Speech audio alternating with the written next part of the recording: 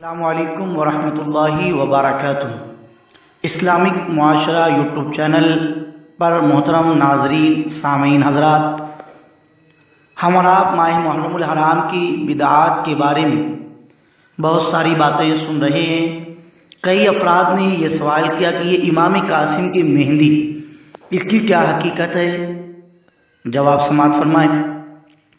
حضرت امام قاسم امام حسین رضی اللہ تعالی عنہ کے بھتیجے اور حضرت امام حسن کے فرزند ہیں۔ کربلا میں اپنے چچا بزرگوار کے ساتھ بہت سے ظالموں کو مار کر شہید کیے گئے۔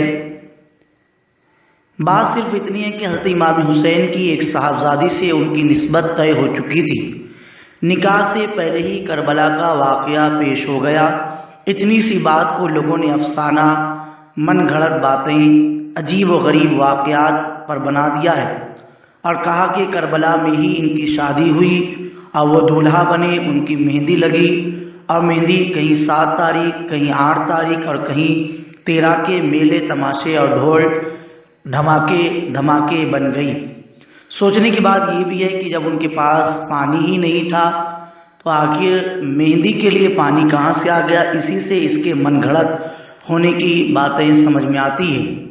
اور اس موقع پر جاہلوں نے اس کا نام امام قاسم کی مہندی رکھ دیا ہے، اور مسلمانوں میں سے وہ لوگ جن کا مزاج تماشائی تھا، انہوں نے اپنے ذوق کی چاشنی کھیل کھیلنے اور تماشے میلے کرنے کے لیے حضرت امام قاسم رضی اللہ تعالیٰ عنہ کی مبارک شخصیت کو آڑ بنا لیا اور اسی میں لگ گئے۔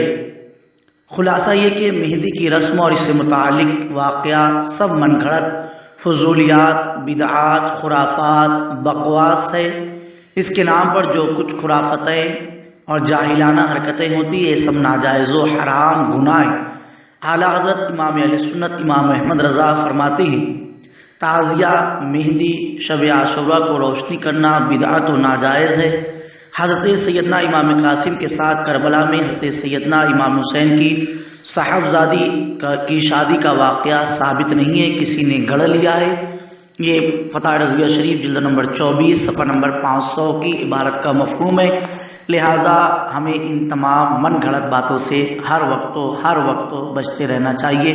اللہ ہمیں عمل کی توفیق عطا فرمائے۔